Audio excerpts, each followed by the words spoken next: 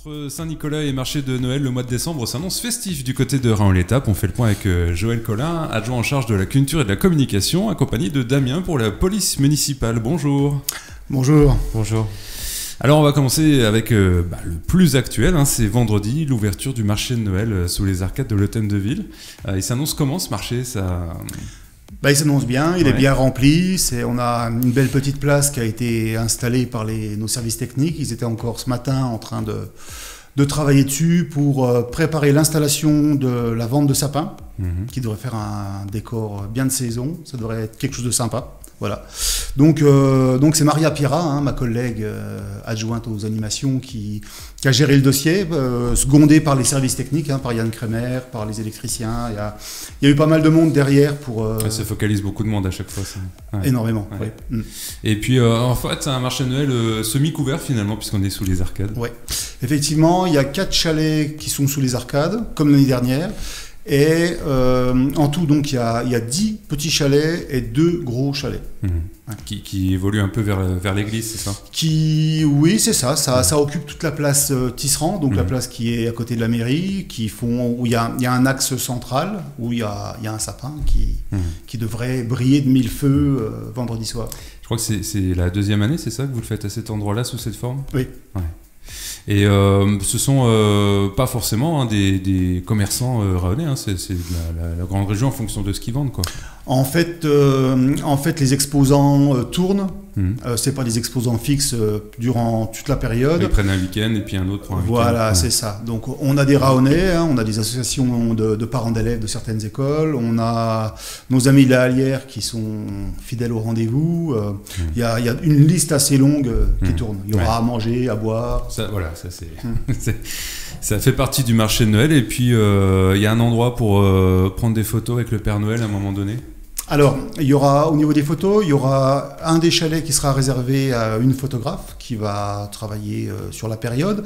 Et au niveau du Père Noël, il y aura, je regarde mes notes, j'ai pas tout en tête, il y aura il y aura 2 dimanches où le Père Noël interviendra, les dimanches 11 et 18 décembre.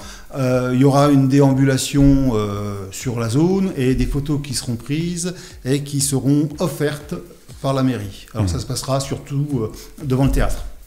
Et tiens, devant le théâtre, on en parle, il y a toujours ces belles décorations, ces grands sapins de Noël là. Magnifique, Oui, très beau sapin. Alors, j'ai pas suivi tous les dossiers, mais si je me souviens bien, c'est des sapins qui ont été donnés par des gens, peut-être de Raon, je sais plus, qui les ont offerts, parce que il devait être enlevé, donc, et c'est des particulièrement beaux sapins, celui qui est devant la mairie, en passant tout à l'heure avec Damien, on disait vraiment il est vraiment exceptionnellement beau. Ce marché de Noël, il est ouvert en fait les week-ends, c'est ça, de décembre. Voilà. Alors je pense sur ma feuille pour les dates. Il est ouvert. Alors l'inauguration a lieu à 18h le vendredi 2 décembre. Il sera ouvert jusqu'au samedi 24 décembre. Alors, le vendredi, c'est de 17h à 20h. Le samedi, de 9h à 17h. Le dimanche de 14h à 17h et le 24 décembre de 9h à 15h. Ah voilà, vraiment pour du last minute, là tiens, si on a quelque chose le 24 décembre, ça peut être l'occasion aussi. Marché de Noël très central, du coup on peut aussi profiter du centre-ville, des commerces, des artisans aussi qui sont pas oui, loin. La maison des artisans, effectivement, qui, si je ne m'abuse, seront ouverts sur les mêmes horaires que le marché de Noël. Voilà. Et cette année, on a réinstallé une sono qui nous permettra de diffuser des chants et d'être encore plus dans l'ambiance de Noël. Cool. Et puis ce dimanche, parce qu'on parle du marché de Noël, mais c'est Saint-Nicolas qui va surtout occuper les Raonnais. Alors ça se passe comment pour Saint-Nicolas dimanche? Alors, Saint-Nicolas, alors je l'ai eu au téléphone tout à l'heure, il est très content de revenir sur Raon-l'Étape. Alors, il ne le dit pas pour les autres villes, mais il a une petite préférence sur Raon-l'Étape. Donc, le défilé de Saint-Nicolas, je laisserai Damien expliquer un petit peu le versant parcours et aussi le versant sécurité, parce qu'il va y avoir un feu d'artifice. Et les règles de sécurité autour des feux d'artifice sont durcies pour protéger la population, ce qui est une bonne chose. Donc, le trajet qu'on va faire, je ne veux pas dire tout ce que tu as à dire. Non, sur la philosophie, donc en fait, il va se présenter en ville, et puis après, il va partir en déambulation, et il reviendra au centre-ville, c'est ça? Voilà, c'est ça. Départ 15h15, en gros, on part de devant le théâtre. Il sera transporté avec son ami et acolyte, le père Fouettard, qu'on aime beaucoup, qui a été en formation. Hein.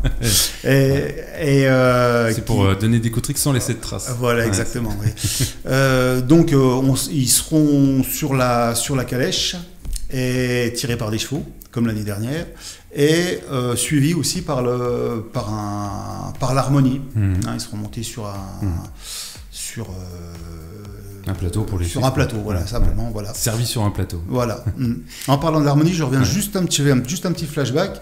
Lors de l'ouverture, l'inauguration du marché de Noël, il y aura les cuivres de l'école de musique de Raon-l'Étape qui interviendront, qui participeront. Est-ce que l'équipe Saint-Nicolas, Père Fouettard déambule dans les écoles également? Oui, je crois que c'est prévu. Je crois que c'est prévu. Ouais. Alors là, on en vient un peu sur le côté pratique parce qu'il va y avoir tout un parcours. Damien, là, la police municipale va ouvrir la route et la fermer, la sécuriser. Enfin, tout est bien rodé, quoi. Oui, tout à fait. Ouais, le défilé donc partira de la mairie. Comme je le disais, hein, sur les coups de 15h, 15h15, on aura donc nous un véhicule qui sera devant pour ouvrir. Cette année, on va innover avec la présence de policiers en VTT, justement pour assurer la sécurité du défilé le temps de la déambulation. La déambulation sera donc depuis le centre-ville en direction du centre Leclerc, sur la rue du 21e BCP. On va faire tout le quartier de la Haute-Chapelle, redescendre sous le centre-ville. Le quartier, enfin le quai de la Victoire, et repartir après en direction du quartier des Genêts, et retour par la route de Sarail pour faire justement cette arrivée de nouveau au niveau de la mairie, et puis finir sur le feu d'artifice qui est prévu, quoi. Ouais, et donc tout au long du parcours, les gens sont invités à se mettre sur le bord de la route. Voilà, ouais, c'est ça, pour ne pas gêner la festivité ni le bon déroulement du défilé, ouais. Et alors, c'est-à-dire que là, on ne verra plus le chef de la police courir à petits pas. Non, cette année, il a arrêté. C'était intéressant, j'aimais bien cette idée. Non, il prend de l'âge. Hein, c'est ça. En train de filmer en live et tout, voilà. C'était assez intéressant. Donc là, VTT. C'est ça, ouais. C'est vrai que c'est plus pratique quand même. Est-ce qu'il y a des choses à savoir sur le stationnement, des zones où il ne faut pas se stationner à un moment donné ? C'est sûr que le but, ça sera de faciliter la déambulation, mais ce sera surtout au niveau vraiment du centre-bourg, au niveau de la mairie, du relais Lorraine-Alsace et la place Robert Tisserand. Toute cette zone-là sera interdite au stationnement à compter de 14h, justement. Nous, on veillera justement à ce qu'il n'y ait pas de véhicules et que tout le monde joue le jeu pour ne pas gâcher la festivité. Il ne faut pas oublier non plus qu'on est en période Vigipirate et que c'est toujours en mesure, donc par rapport à la sécurité et du feu d'artifice et de la population. Donc nous, on aura les moyens anti-percussion qui seront mis en place justement pour que les Raonaises et les Raonais puissent profiter de ça en toute sécurité. Ouais, parce que le feu d'artifice est tiré depuis le théâtre, c'est ça, depuis le centre-ville? Oui, c'est ça, sur le parking, ouais, juste devant. Ouais. Ce qui, d'ailleurs, je me souviens, avait fait des avis très positifs l'année dernière de pouvoir être comme ça en centre-ville. Alors justement, par rapport à l'année dernière, c'est vrai qu'il y avait eu un retour très positif, les gens avaient beaucoup apprécié. Il y avait eu quelques petites retombées de feu, rien à descendre. Et donc là, nous, l'objectif cette année, répondant complètement aux normes qui nous sont demandées, il y a un périmètre de 30 mètres autour du lieu de tir, et ce périmètre devra être respecté absolument. Donc il y aura des grilles, il y aura ce périmètre sur le moment du tir du feu bloquera complètement, occupera même les trottoirs, et sera un petit peu réduit pour laisser passer les gens au niveau du relais Alsace-Lorraine et au niveau de l'Union par exemple, sur la période avant. Oui, après voilà, ça n'empêche pas de voir un feu d'artifice, c'est pas parce qu'on est 10 mètres devant ou 10 mètres derrière que ça va changer quelque chose, quoi. Ouais. Donc voilà, le week-end s'annonce bien rempli du côté de Raon-l'Étape, et puis donc tous les week-ends pour le marché de Noël. Et actuellement, il y a aussi une exposition à l'espace Émile Gallet. Une belle exposition qui réunit, comme tous les ans, ça devient un rendez-vous ritualisé. Je crois que c'est la 8e édition. Ça a été un peu plus compliqué, ça a été plus compliqué pendant la période Covid. Là, on est revenu avec pas mal de fréquentation, hein. Il y a eu un beau vernissage, c'est une exposition qui est appréciée, hein, qui présente des œuvres variées au niveau de la peinture, pastel, acrylique, peinture à l'huile. On a aussi deux sculpteurs, de la terre, du bois. On a nos amis de Kuppenheim, hein, la ville avec laquelle on est jumelé, qui, comme tous les ans, ont amené une vingtaine d'œuvres. Et nous, on leur rend l'appareil, hein, quand ils exposent de leur côté. Voilà, quand ils exposent de leur côté, il y a des artistes du groupe du Cercle Chromatique qui se déplacent en emmenant de nos toiles, et on a un échange qui continue à se poursuivre et qui se construit. Et voilà. Sur les artistes rahonnais, je rappelle, c'est que des artistes rahonnais. Il y a une douzaine d'exposants, quelque chose comme 120 œuvres. C'est une exposition, j'invite vraiment les Rahonnais et les villages aux alentours à venir la visiter, parce que c'est des artistes du territoire, c'est votre voisin, c'est un cousin, et je sais que c'est important, c'est un moment très important d'échange, où les artistes se retrouvent, hein, tous les ans, on passe beaucoup de temps à parler pendant les temps de permanence, on discute avec les gens qui viennent voir les tableaux, les sculptures. Est-ce que ces œuvres qu'on peut voir, est-ce qu'elles sont aussi à vendre ? Eh bien, oui, bien sûr. Ouais. Il y a un catalogue à l'entrée s'il y a un petit coup de cœur, un petit cadeau de fin d'année. Bah c'est ça, ouais. Peut-être voilà. là pour Noël, ça peut être assez original. Oui, hein. oui. Ouais. Et les œuvres sont vraiment variées, hein. Il y en a vraiment pour tous les goûts. Comme tous les ans, c'est un point auquel tient beaucoup Daniel César et Monsieur Fayard aussi, qui l'accompagne, Jean-Noël Fayard, Claude Lamaze, c'est de faire venir les écoles, assister, discuter, parler des œuvres, parler des techniques, et c'est quelque chose d'important. Les artistes y tiennent beaucoup, et les enfants, ils en retirent quelque chose. On n'est pas dans une ville comme Nancy où on peut avoir facilement accès à l'art en lui-même, et là, cette rencontre annuelle, hein, les enfants d'année en année, ils retournent et se souviennent, hein, Monsieur César me disait, c'est rigolo, ils se souviennent de l'année d'avant, ils se souviennent du vocabulaire, ils se souviennent de techniques, et leur montrer aussi que l'art c'est possible, et ça peut faire partie de leur vie, si ça peut faire germer un petit peu des vocations. Des vocations, Ouais. voilà. Ouais. Toutes les écoles vont passer, ou c'est en fonction des écoles aussi ? Alors il y a certaines écoles qui sont plus portées que d'autres. Les écoles de rang en l'étape sont plutôt actives quand on propose des sorties comme ça, hein. Je crois qu'on avait le groupement des Tilleuls là, qui est venu récemment. Non ? Je crois qu'il y a 3 classes du Tilleul qui sont allées ou qui vont y aller. Je crois que l'école Joseph Collin, ils sont allés. Je crois qu'ils y sont tous allés. L'école Sainte-Thérèse y est allée aussi assez massivement. Il y a l'école de la Neuville, ira peut-être. Ça dépend des emplois du temps, quoi. Et puis ce qui est sympa, c'est la spontanéité des enfants face à une œuvre, quoi. Oui.